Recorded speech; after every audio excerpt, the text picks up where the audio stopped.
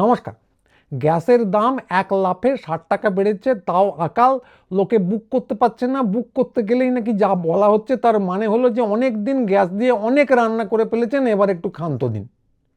তো কিছু কিছু মিষ্টির দোকান, রেস্তোরাঁ এগুলোও বন্ধ করে রাখা হবে বলা হচ্ছে। মালিকরাই বলছেন কারণ গ্যাস নেই, গ্যাস না হলে মিষ্টি বা হবে কী করে, রেস্তোরাঁয় রান্নাই বা হবে কী করে। তো এই নিয়ে প্রচুর হইচই। হইচইয়ের কী কারণ আছে আমি জানি না। যারা হইচই করছেন তারা বলছেন কয়েকদিনের যুদ্ধেই যদি এই হাল হয়, এর পরে কী হবে কেউ জানে না। তো এতে আশ্চর্য হবার কী আছে আমি বুঝি না। যে বর্ষাকালে বৃষ্টি হবে, গরমকালে গরম পড়বে, শীতকালে শীত হবে, এবং যুদ্ধ হলে তেলের দাম বাড়বে, তেল পাওয়া যাবে না। সমস্যাটা কী আছে? এ তো প্রাকৃতিক নিয়ম। তো প্রথমত এইটা। দ্বিতীয়ত হলো যে অত মিষ্টির দোকানে, রেস্তোরাঁয় খাবার দরকারটা কি? মিষ্টির দোকানে আর কিছু থাকে না, ছানা থাকে আর প্রচুর চিনি থাকে। তাতে কি হয়? সুগার প্রচুর বাড়ে, ক্যালোরি প্রচুর ইনটেক হয়। তাতে রোগ যা হয় তার কোনো শেষ ঠিক ঠিকানা নেই। সুগার হয়, ডায়াবেটিস হয়, আরও কী হয় কে জানে। আর রেস্তোরাঁর কথা যদি বলেন, ওরা যে কী রান্না করে তার খবর রাখেন? রোজ সকালবেলা উঠে মধ্যবিত্ত তো চিৎকার করে আমার ওজনটা কিছুতেই কমছে না। কিন্তু ওজন কমবে কি করে? সকালবেলা উঠে বলবেন ওজন কমছে না, আর বিকেলে গিয়ে রেস্তোরাঁয় খাবেন, এ তো হয় না। তো তার থেকে রেস্তোরাঁ, মিষ্টির দোকানে সব বন্ধ থাকুক, অন্য কোনো কারণে নয়, স্রেফ আপনার স্বাস্থ্যের কারণে। আপনার স্বাস্থ্যের যত্ন নিন, শুধু সেই কারণে দোকানগুলো বন্ধ থাকা যায়। কিন্তু খারাপ কিছু নেই, বরং ব্যাপারটা ভালো। আর বাড়িতে গ্যাসের রান্নার কথা বলছেন, তো গ্যাস কত দিনের? যখন গ্যাস ছিল না তখন আপনারা কি করতেন? আমাদের মুনি ঋষিদের কথা ভেবে দেখুন। তারা জঙ্গলে থাকতেন, ফলমূল খেতেন, রান্না করতে ইচ্ছে হলে ওই যে বলকল টলকল পড়তেন গাছের ছাল দিয়ে, রান্না করতে ইচ্ছে হলে ওই গাছের তলা থেকে কাঠকুটো নিয়ে এসে তারপর রান্না করতেন। তো তারা কি বেঁচেছিলেন না? দিব্যি বেঁচেছিলেন, সনাতনী কায়দায় বেঁচেছিলেন, এবং তারাই আমাদের ঐতিহ্য। এই সনাতনী কায়দা নিয়ে যারা এতদিন হইচই করেছেন, যে শাইনিং মধ্যবিত্তরা, এবং যারা বলে এসেছেন যে হিন্দু খাতরে মেয়ে, সনাতনী ঐতিহ্যই আমাদের ঐতিহ্য, তারা এবার একটু সনাতনী কায়দায় রান্নাবান্না করুন, করে দেখুন নিজের আদর্শের প্রতি। শাইনিং মধ্যবিত্তরা নিজেদের যে আদর্শ বুক ফুলিয়ে প্রচার করেছেন তার প্রতি একটু আনুগত্য দেখান। সমস্যাটা কোথায়? সমস্যা হচ্ছে এই যে এগুলো আসলে কোনো সমস্যাই নাই। লোকে যে কারণে প্রধানমন্ত্রীকে দোষ দেয় অকারণে, এখানেও তাই শুরু করেছে। এখানেও আমাদের পরম প্রিয় শ্রী শ্রী উনিজিকে তারা দোষ দিয়ে বলছে দোষটা আসলে ওনার। তা ওনার পররাষ্ট্রনীতির। তো উনি বলছেন উনি পররাষ্ট্রনীতির কিচ্ছু বোঝেন না। রাষ্ট্রপতি, ইসরায়েলের প্রধানমন্ত্রী, যেখানে যাকে পান তাকে জড়িয়ে ধরেন। বিদেশে গিয়ে ওনার একটাই কাজ আছে, সেজেগুজে শপিং মলে ঘুরে বেড়ানো, আর সামনে যাকে পাবেন তাকে দড়িয়ে ধরা। তো এই করে নাকি উনি 12টা বাজিয়েছেন। এবং কেউ কেউ বলছেন, কেজরিওয়াল বলছেন যে জোট নিরপেক্ষ নীতি থেকে বেরিয়ে আসা হচ্ছে এসবের কারণ। অনেকে আবার অনেক রকম আরও অন্যান্য সমালোচনা করছেন যে উনি একবার আমেরিকার রাষ্ট্রপতিকে জড়িয়ে ধরেছেন, জড়িয়ে ধরার পর তারপর তিনি যা বলেছেন ইয়েস স্যার বলে সব কিছু মেনে নিয়েছেন, এবং তিনি নাকি অনুমোদন দিয়েছেন রাশিয়া থেকে তেল কিনতে বিপাকে পাওয়ার পর। কেউ কেউ প্রশ্ন করছেন উনি অনুমোদন দেবার কে? তারপর নাকি ইসরায়েলের প্রধানমন্ত্রীকে জড়িয়ে ধরেছেন, তাতে নাকি ইরান খুব রেগে গেছে, ইত্যাদি প্রভৃতি। তো এই সব সমালোচনার কোনো কারণ নেই। প্রথমত হচ্ছে জোট নিরপেক্ষ মানে কি? জোট নিরপেক্ষ মানে হচ্ছে যে আমি এই জোটে আছি না ও জোটে আছি, কোনো জোটেই নেই।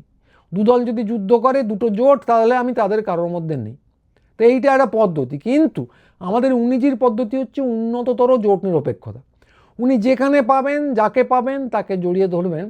একবার আমেরিকার রাষ্ট্রপতিকে ধরবেন, একবার ইসরায়েলের রাষ্ট্রপতিকে ধরবেন, একবার রাশিয়া যাবেন, একবার চীন যাবেন, যাকে পাবেন জড়িয়ে ধরবেন।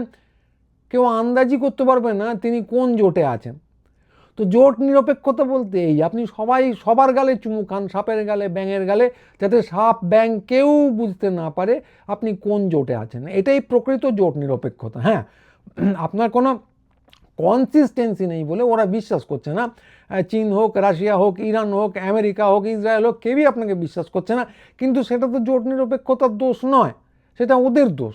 আমাদের কবিগুরু রবীন্দ্রনাথ বলেছিলেন যে মানুষের প্রতি বিশ্বাস হারানো পাপ। তা ওরা উনিজির প্রতি বিশ্বাস রাখতে পারছে না। দোষটা কার? উনিজির না ওদের? আর এই যে বলা হচ্ছে যে আমেরিকা অনুমোদন দেবার কে? সার্বভৌমত্ব লঙ্ঘন করা হচ্ছে তেল কেনার ব্যাপারে। তো এটাই বা কী কথা? আমার তো মাথায় ঢোকে না। আসলে ওটা একটা ছোট্ট ভুল, একেবারে ভুল হয়নি বলবো না, একটা ছোট্ট ভুল। ভারতবর্ষ পুরো সংবিধানে যা লেখা আছে যে ভারতবর্ষ রাষ্ট্রটা আসলে কি, সার্বভৌম, সমাজতান্ত্রিক, ধর্মনিরপেক্ষ, গণতান্ত্রিক, প্রজাতন্ত্র, খুব লম্বা লম্বা সব কথা। তা আমাদের উনিজি এবং তার যে পার্টি বা পার্টির যে মাথার উপর ছাতা সংগঠন বসে আছে, তাদের একটাই দাবি, তো প্রথম থেকে আমরা শুনে যাচ্ছি যে ধর্মনিরপেক্ষ চলবে না, হিন্দু রাষ্ট্র চাই। তো ওরা এই লম্বা একটা বাক্য থেকে ধর্মনিরপেক্ষ শব্দটা বাদ দিতে গিয়েছিলেন, কিন্তু সমস্যা হয়েছে যে খুব লম্বা হয় আর চর্চা তো নেই। এসব কঠিন কঠিন সংস্কৃত ইংরেজি শব্দের চর্চাটা কে করে? তো চর্চা নেই, ফলে ভুল করে ধর্মনিরপেক্ষতার বদলে ওরা সার্বভৌম শব্দটা বাদ দিয়ে দিয়েছে। তো এইটা একটা ছোট্ট ভুল, সেই জন্য ওনাকে এখন আমেরিকা থেকে অনুমোদন নিতে হচ্ছে, যে কোনো দিন উনি ভুলটা শুধরে নেবেন।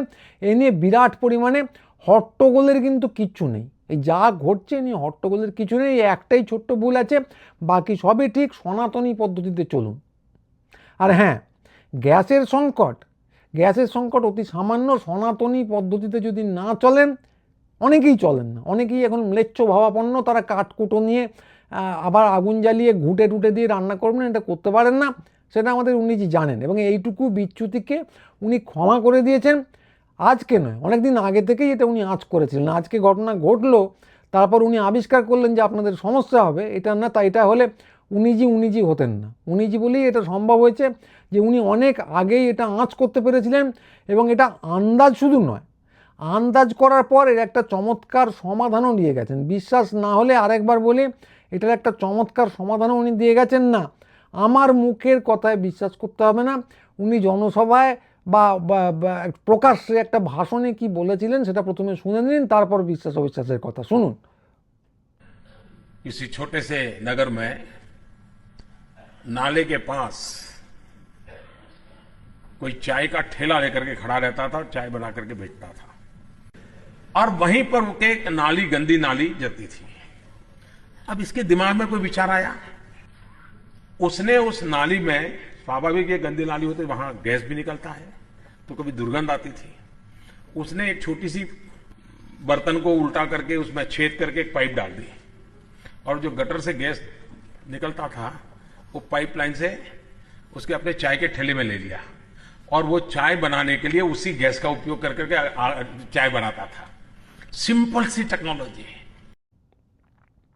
তো এইটা শুনে নিশ্চয়ই বুঝতে পারলেন যে কি করতে হবে। যে প্রথম কথা যেটা আমি বলেছি, সেটা হলো যে কাঠকুটো দিয়ে রান্না করার চেষ্টা করুন, বলকল পড়ুন, সনাতনী জীবনযাপন করুন। এটা হচ্ছে আদর্শ পদ্ধতি। যদি একান্তই বলকল না পড়তে পারেন, তাহলে বাবা রামদেব যে পোশাক পরেন সেরকম পোশাক পরার চেষ্টা করুন। তাও যদি না হয়, তাহলে যে উনি যে পথটা দেখিয়েছেন সেটা অনুসরণ করুন। কি করবেন? অনেকেই হিন্দি বোঝেন না, আমি একবার স্পষ্ট করে বলে দিই। প্রথমে দেখবেন বাড়ির পাশে কোথায় নর্দমা, খাল, নালা, নোংরা যেগুলো সেগুলো আছে। তো নোংরা বলে ছেড়ে দেবেন না, নোংরা হবার যথেষ্ট কারণ আছে। সেটাও কিন্তু একটা বড় ডিজাইনের অংশ, সনাতনী ভারতবর্ষের পুনর্নির্মাণের যে ডিজাইন তার অংশ। তো নোংরা হলেই জানবেন সেখান থেকে গ্যাস বেরোয়, মিথেন টিথেন নানা রকম দাহ্য গ্যাস বেরোয়। এবার ওখানে একটা ফানেল দিয়ে পাইপ ফিট করুন, সেই পাইপ সোজা টেনে নিয়ে আসুন আপনার গ্যাস ওভেনের কাছে। গ্যাস সিলিন্ডার যে পাইপ দিয়ে লাগানো আছে সেটা লাগাবেন না, এই পাইপটা লাগিয়ে দিন। তারপর দেখবেন ভুড়ভুড় করে গ্যাস চলে আসছে, তখন হাতের লাইটার বা দেশ লাইট দিয়ে পটাক করে ওটাকে জ্বালিয়ে দেবেন।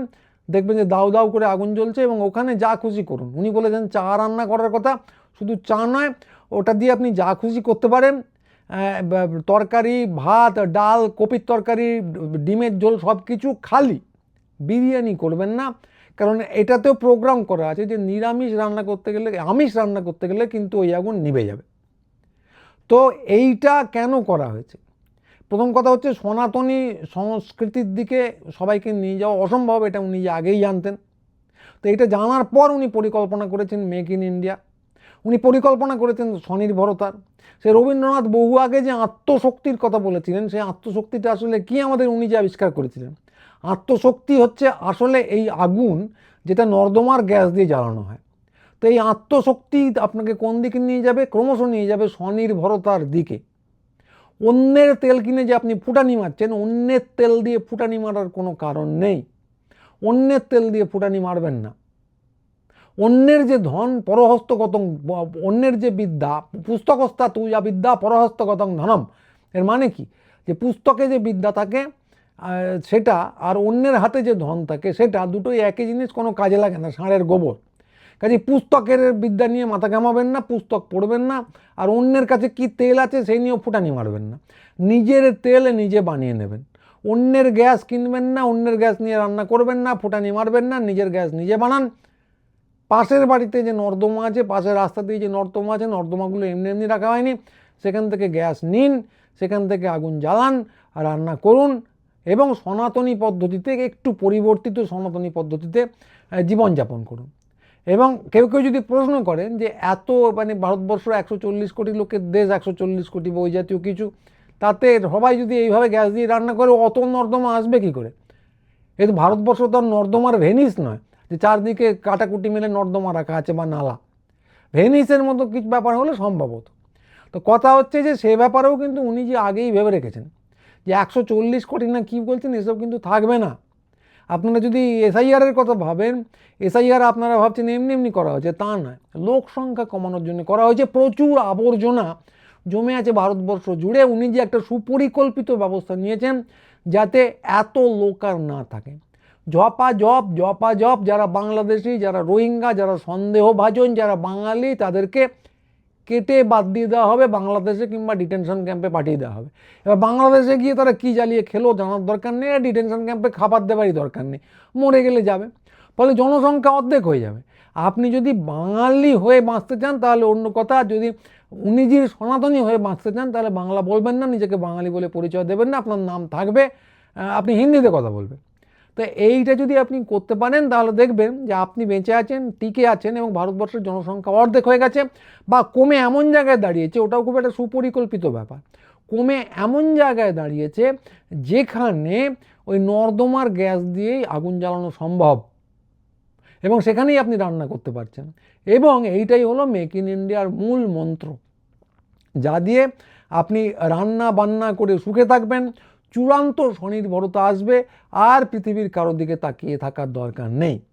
কাজেই যেটা বলছিলাম যে সমস্ত শাইনিং মধ্যবিত্তরা একদিন ধরে সনাতন সনাতন বলে চিৎকার করেছেন, ওরা সবাই কেটে ফেললো রে, মেরে ফেললো রে আমাদের বলে চিৎকার করেছেন, হিন্দুরা খতরে মে বলে চিৎকার করেছেন, এ নিয়ে খুব উদ্বিগ্ন হয়ে পড়েছেন, তাদের জন্য এতে উদ্বিগ্ন হবার কিচ্ছু নেই, বরং এটা সুখবর। গ্যাসহীন প্রকৃত সনাতনী জীবনযাপন করুন, দেখবেন যে লোক অর্ধেক হয়ে গেছে, আপনিও সাত্ত্বিক জীবনযাপন করছেন। হ্যাঁ, আমিষটা খাবেন না, তা বাদে সাত্ত্বিক জীবনযাপনে আপনার কোনো বাধা থাকবে না। তো আজকে এইটুকুই, যেটুকু বলবো সেটা হলো যে সবাই সাত্ত্বিক জীবনযাপন করুন, সনাতনী জীবনযাপন করুন এবং উনিজির প্রতি অটুট শ্রদ্ধা বজায় রাখুন। আমরা উনিজির আরও যে কর্মকাণ্ড এর আগেও বলেছি এবং ভবিষ্যতে আরও যা যা কর্মকাণ্ড উনিজি করবেন, করে দেখাবেন, সেটা আপনাদের সামনে আনবো। কারণ মোহাম্মদ বিন তুগলকের পর এত প্রতিভাবান একজন রাষ্ট্রনায়ক ভারতবর্ষ পায়নি, সারা পৃথিবী পেয়েছে কিনা সন্দেহ আছে। মোহাম্মদ বিন তুগলকের হাতে এত কিছু ছিল না, প্রতিবার তো ঝলকানি ছিল না, এবং মোহাম্মদ বিন তুগলক শুধু রাজধানী এদিক ওদিক করেছিলেন একটু। ইনি যা যা করে চলেছেন, প্রথমে নোটবন্দি আবিষ্কার করেছেন, তারপর এসআইআর আবিষ্কার করেছেন এবং সবশেষে বিকল্প জ্বালানি আবিষ্কার করে পৃথিবীকে দেখিয়ে দিয়েছেন। এইটা কিন্তু মোহাম্মদ বিন তুগলকেরও ধরা ছোঁয়ার বাইরে। তো একে সবাই প্রণাম করুন, সনাতনী জীবনযাপন করুন এবং মন দিয়ে প্রণাম করবেন, কখনো অন্যদিকে ঝুঁকবেন না। উনি আর যা যা নতুন জিনিস করবেন, আর ক বছর ক্ষমতায় আছেন জানি না, আর যা যা নতুন জিনিস করবেন, যদি কেউ মিস করে যান তাহলে আমরা আপনাদের সামনে অতি অবশ্যই আনবো। তা আজকের মতো সবাই এই অনুষ্ঠান দেখার পরই উনিজিকে ভক্তি ভরে প্রণাম করবেন, আমিও নমন করব। এবং ভিডিওটা যাদের পছন্দ হলো তারা অতি অবশ্যই পরিচিতদের পাঠাবেন, গুরুচণ্ডালের ভিডিও দেখবেন, সাবস্ক্রাইব করবেন। এইসব অচিন্তনীয় অনিন্দ সুন্দর ব্যাপার স্যাপার আমরাই একমাত্র আপনাদের সামনে আনতে পারি। তো আজকে এইটুকুই, সবাই ভালো থাকবেন, উনিজির রাজত্বে ভালো থাকবেন। নমস্কার।